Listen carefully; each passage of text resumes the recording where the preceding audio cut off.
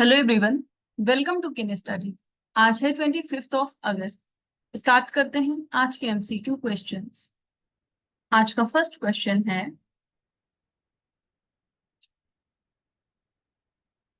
The first national space day in India was celebrated on 23 अगस्त 2024।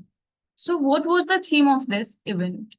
यहाँ पर आपसे पूछा जा रहा है, भारत में पहला राष्ट्रीय अंतरिक्ष दिवस 23 अगस्त को मनाया गया। आपको बताना है कि इस कार्यक्रम का विषय क्या था। आपके ऑप्शंस हैं, exploring new horizons, India's space journey, second touching lives while touching the moon, India's space saga, beyond the stars, India's space ambitions, या फिर reaching for the sky, India's space exploration. आपको बताना है कि हाल ही में आयोजित भारत का पहला राष्ट्रीय अंतरिक्ष दिवस जो रहा है उसका विषय क्या है। और इस क्वेश्चन में आपका करेक्ट ऑप्शन हो जाएगा ऑप्शन बी। सो इसकी थीम है touching lives while touching the moon. आप यहां देख सकते हैं। So the first national space day was celebrated in India on 23 August this year, and on 23 August 2023 the Chandrayaan-3 mission completed the safe and soft landing of the Vikram lander on the lunar surface. So President Draupadi Murmu inaugurated the main function, which was held at Bharat Mandapam in New Delhi, and more than 1,000 events were organized across the country in the last 1 month to celebrate National Space Day. और आपने देखा कि इस वर्ष की theme है touching lives while touching the moon, India's space saga. बढ़ते हैं नेक्स्ट क्वेश्चन की ओर। Recently, which organization issued world's first carbon removal bond to fund Amazon reforestation? यहाँ पर आपसे पूछा जा रहा है, हाल ही में किस संगठन ने अमेजन पुनर्वनीकरण को निधि देने के लिए दुनिया का पहला कार्बन निष्कासन बॉन्ड जारी किया है।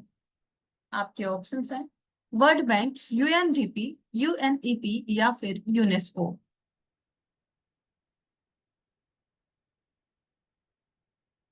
और इस क्वेश्चन में आपका करेक्ट ऑप्शन हो जाएगा ऑप्शन ए। सो ऐसा करने वाली जो संस्था है वो है वर्ल्ड बैंक। आप यहां देख सकते हैं, The World Bank has issued the world's first carbon removal bond to support Amazon reforestation, and the bond is worth $225 million and has a 9-year term. So investors' return are tied to the amount of carbon removed by the new trees, not just emission reductions from preventing deforestation. And this bond aims to protect the Amazon by financially incentivizing reforestation efforts. इसके साथ ही world bank की बात करें तो ये एक international financial institution है जो कि प्रोवाइड करता है loans and grants to the governments of low and middle income countries. और इसको स्टैब्लिश किया गया था 1944 में। इसका हेडक्वार्टर है वॉशिंगटन डीसी में, और वर्तमान समय में वर्ल्ड बैंक के प्रेसिडेंट है अजय बांगा। बढ़ते हैं नेक्स्ट क्वेश्चन की ओर। Consider the following statements regarding Prime Minister Employment Generation Program. यहां पर आपसे पूछा जा रहा है, प्रधानमंत्री रोजगार सृजन कार्यक्रम के संबंध में कौन से स्टेटमेंट्स यहां पर करेक्ट हैं, ये आपको बताना है। फर्स्ट स्टेटमेंट है, it facilitates generation of employment opportunities for unemployed youth across the country in the non firm sector. And second, it is administered by the Ministry of Labor and Employment. And third, Khadi and Village Industries Commission is the nodal agency. और यहाँ पर आपसे correct statement पूछा जा रहा है। आपको बताना है कि प्रधानमंत्री रोजगार सृजन योजना से संबंधित यहाँ पर कौन से स्टेटमेंट्स करेक्ट हैं। और इस क्वेश्चन में आपका करेक्ट ऑप्शन हो जाएगा ऑप्शन सी। सो यहाँ पर आपका फर्स्ट और थर्ड स्टेटमेंट करेक्ट है, जबकि सेकंड इनकरेक्ट है। आप यहाँ देख सकते हैं। So the Ministry of Micro, Small and Medium Enterprises has approved the extension of Prime Minister Employment Generation Program till financial year 2026. और इस स्कीम की बात करें तो ये एक सेंट्रल सेक्टर स्कीम है which is administered by the ministry of MSME और इसको लॉन्च किया गया था 2008 और 2009 में। So this scheme is a credit-linked subsidy scheme which promotes self-employment through setting up of micro enterprises where subsidy up to 35% is provided by the government through Ministry of MSME for loans up to 50 lakhs in manufacturing and 20 lakhs in the service sector. बढ़ते हैं next question की ओर। Ronak Dahiya won bronze at the Under-17 World Wrestling Championship. In which country did the championship take place? यहाँ पर आपसे पूछा जा रहा है भारत के रौनक दहिया ने Under-17 विश्व कुश्ती चैंपियनशिप में कांस्य पदक जीता। आपको बताना है कि विश्व कुश्ती चैंपियनशिप का आयोजन किस देश में किया जा रहा है। आपके ऑप्शंस हैं टर्की, इंडिया, जॉर्डन या फिर यूनाइटेड स्टेट्स ऑफ अमेरिका। और इस क्वेश्चन में आपका करेक्ट ऑप्शन हो जाएगा ऑप्शन सी। सो इसका आयोजन किया जा रहा है जॉर्डन में।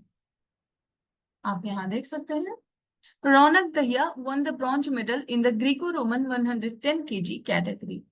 इसके साथ ही Sainath Pardhi won India second medal at the under 17 world wrestling championship securing bronze in the men's 51 kg Greco Roman category. So the 2024 Under-17 World Championships are currently taking place in Amman, Jordan, featuring wrestling's future stars. So the men's freestyle portion of the tournament takes place on the August 23rd to 25th. इसके साथ ही Jordan की बात करें तो इसको officially हैस्मिक kingdom of Jordan के नाम से भी जाना जाता है और ये अपना बॉर्डर शेयर करता है Syria to the north, Iraq to the east, Saudi Arab to the south, and Israel and occupied Palestinian West Bank to the west. और जॉर्डन की कैपिटल है अमान, जो कि यहाँ की लार्जेस्ट सिटी और लार्जेस्ट सिटी अमान है और मोस्ट पॉपुलस सिटी की बात करें तो ये भी है अमान। बढ़ते हैं नेक्स्ट क्वेश्चन की ओर। Which airport in India has achieved net zero carbon emission status and became the first Indian airport to receive level 5 certification from the Airport Council International?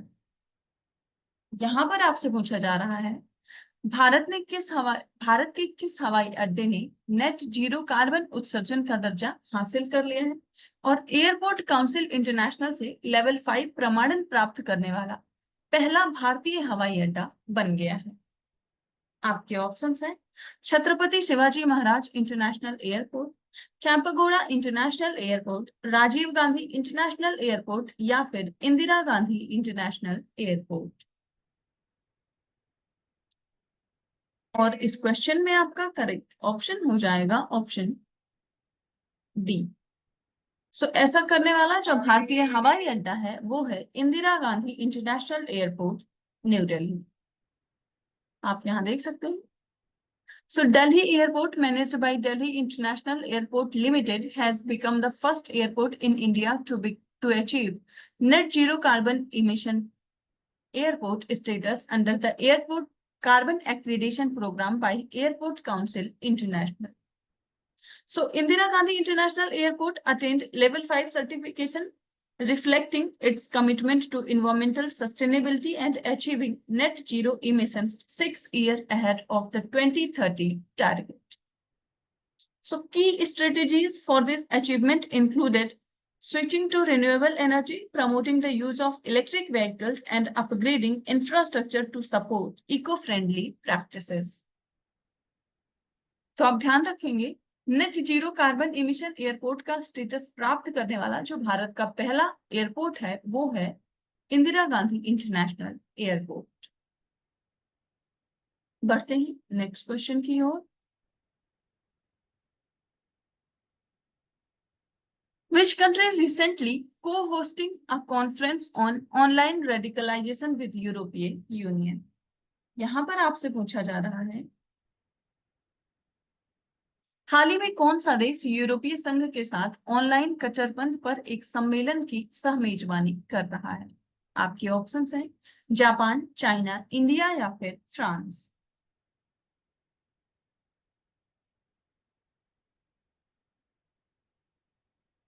और इस क्वेश्चन में आपका करेक्ट ऑप्शन हो जाएगा option C. सो यूरोपीय union के साथ जो कंट्री मिलकर काम कर रही है ऑनलाइन रेडिकलाइजेशन वो है भारत। आप यहाँ देख सकते हैं India is co-hosting a conference on online radicalization with the European Union, and the collaboration underscores the need to address online radicalization internationally. The EU is a significant political and economic union of 27 member states, mainly in Europe, and with over 449 million people and contributing about 1/6 of the global GDP in 2022. So European Union is the key global partner in this initiative.